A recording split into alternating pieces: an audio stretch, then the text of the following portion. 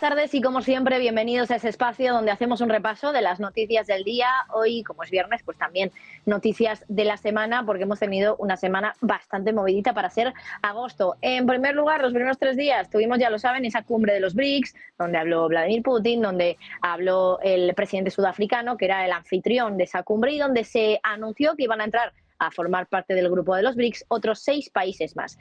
Después de eso, ya lo saben, el miércoles tuvimos la noticia un poco de la semana, el fallecimiento, presunto más bien fallecimiento de Yevgeny Prigozhin, el líder del grupo de Wagner. Todavía no tenemos la confirmación oficial, no se han publicado todavía los resultados de ese estudio del ADN de los restos de los cuerpos de los fallecidos en ese accidente aéreo cerca de Moscú.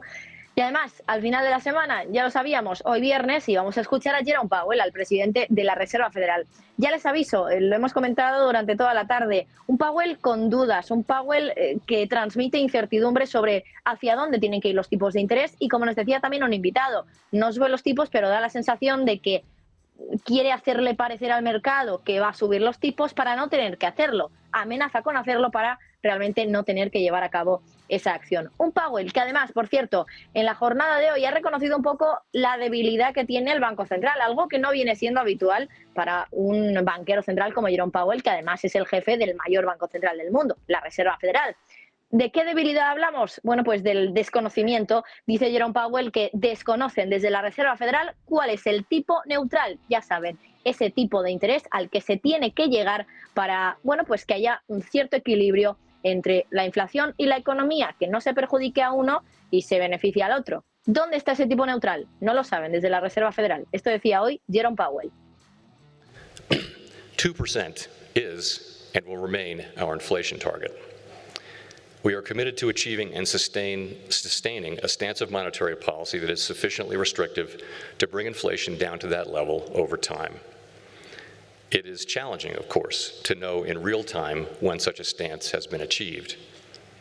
There are some challenges that are common to all tightening cycles. For example, real interest rates are now positive and well above mainstream estimates of the neutral policy rate.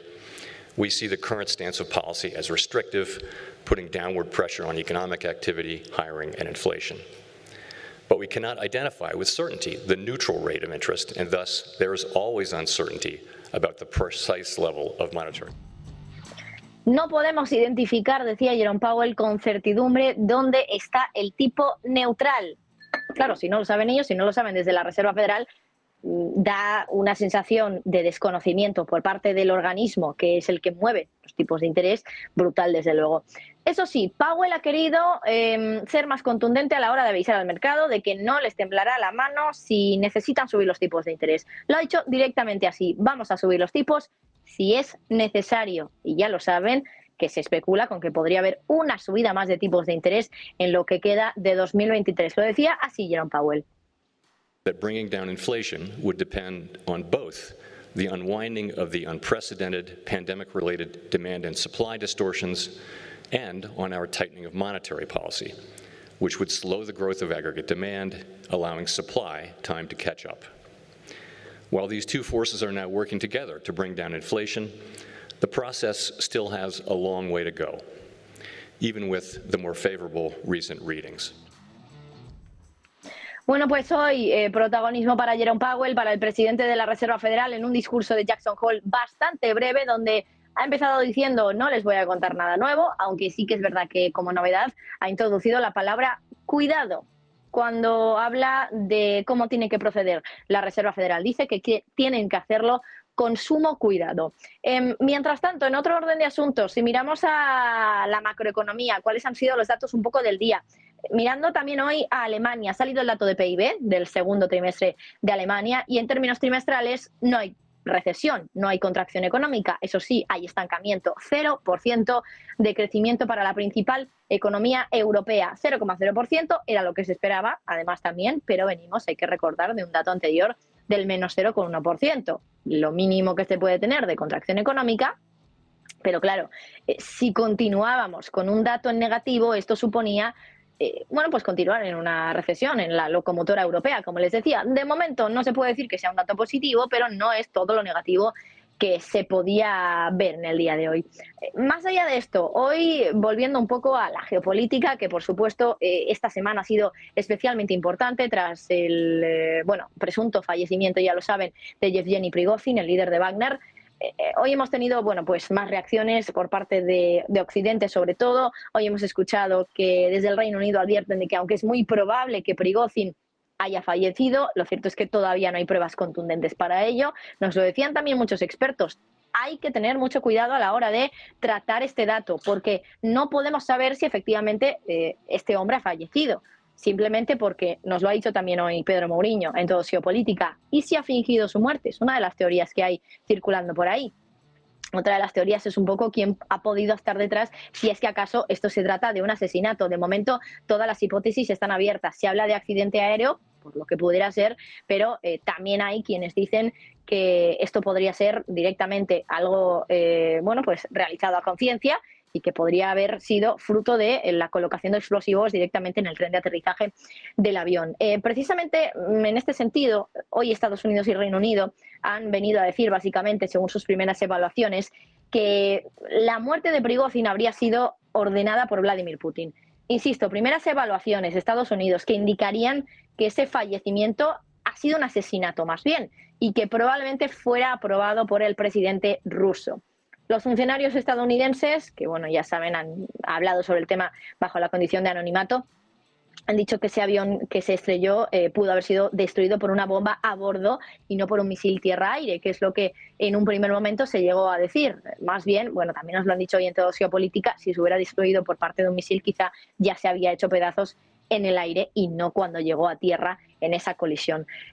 Además, hoy, por cierto, 2 días después del presunto fallecimiento de Yevgeny Prigozhin, se ha pronunciado el Kremlin al respecto. Hoy hemos escuchado también a Vladimir Putin expresar sus condolencias y hemos escuchado también al Kremlin directamente a través de su portavoz, Dmitry Peskov, en este caso negar la vinculación de Rusia con la muerte, en este caso, de Yevgeny Prigozhin. Lo que ha dicho directamente Peskov es: hay mucha especulación en torno al accidente de avión y la trágica muerte de los pasajeros, incluido Yevgeny Prigozhin. Todo esto es una mentira absoluta. Se refiere, por tanto, a la especulación que hay de que Vladimir Putin, de que Rusia pudiera haber ordenado ese fallecimiento y por lo tanto accidente aéreo del avión en el que iba este líder de Wagner, insistimos, Yevgeny Prigozhin.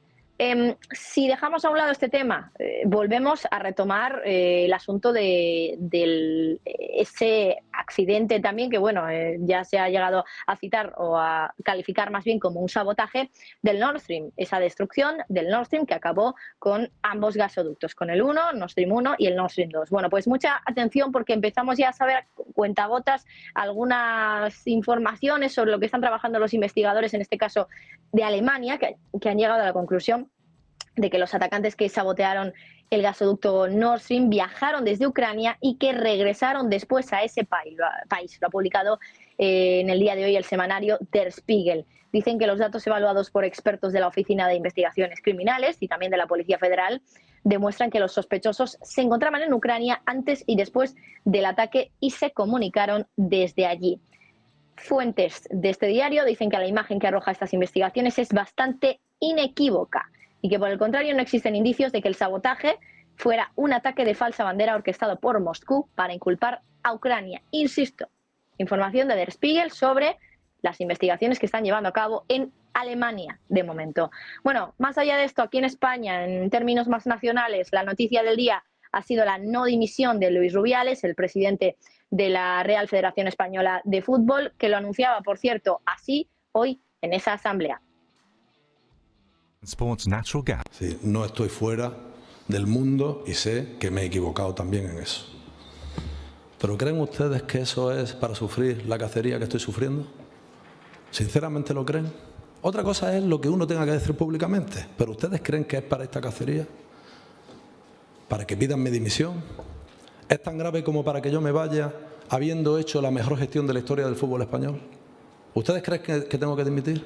Pues les voy a decir algo. No voy a dimitir. No voy a dimitir. No voy a dimitir. No voy a dimitir.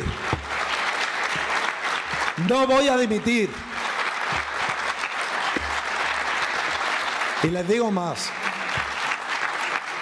He recibido muchas presiones yo también, no solo ustedes. Me han llegado muchos comentarios. Me han dicho que lo mejor era que dimitiera, porque si no, probablemente el lunes a alguien se le ocurra sacarme del foro, buscar la fórmula. Pero bueno, estamos en un país donde la ley impera, donde tiene que haber un motivo para que te saquen de un lugar. Y digo yo, ¿qué es lo que he hecho? Un pico consentido es para sacarme de aquí. Hombre. Por cierto, justo después de este anuncio de Luis Rubiales han llegado bueno, pues todas las denuncias de distintos organismos, entre ellos, por ejemplo, la Fiscalía, que ha denunciado a Luis Rubiales directamente ante la Audiencia Nacional. Más allá de esto, antes del anuncio, eso sí, de Luis Rubiales, ha hablado Félix Bolaños, el ministro para la Presidencia, y hablaba en estos términos sobre la posibilidad de que Rubiales no dimitiera. Bien, gracias por su pregunta. Mire, lo primero que quiero decir es que más allá de esta polémica concreta que todos estamos conociendo, creo que es esencial que seamos conscientes del cambio que ha tenido la sociedad española en los últimos años. A la sociedad española ya le parece intolerable que haya comportamientos machistas, que se bese a una mujer sin su consentimiento. A la sociedad española, a las mujeres en particular, pero a toda la sociedad española, que nos sentimos interpelados por la igualdad. Por tanto, lo primero que quiero decir es orgullo. Orgullo de una sociedad, de un país, de España, que no tolera comportamientos machistas. No los tolera. Y también vergüenza cuando se producen esos comportamientos como los hemos visto aquel día. Desde el Gobierno estamos siguiendo muy de cerca este caso, porque las cosas no pueden quedar así. Desde luego esperamos acontecimientos, pero si no se dan esos acontecimientos, si no se producen, el Gobierno va a actuar. Y ayer la posición la marcó con mucha claridad tanto el presidente del Gobierno como el ministro de Cultura y Deportes, como el propio secretario de Estado de Deportes y presidente del CSD. Por tanto, vamos a esperar acontecimientos, esperamos que se produzcan esos acontecimientos y si no el Gobierno actuará.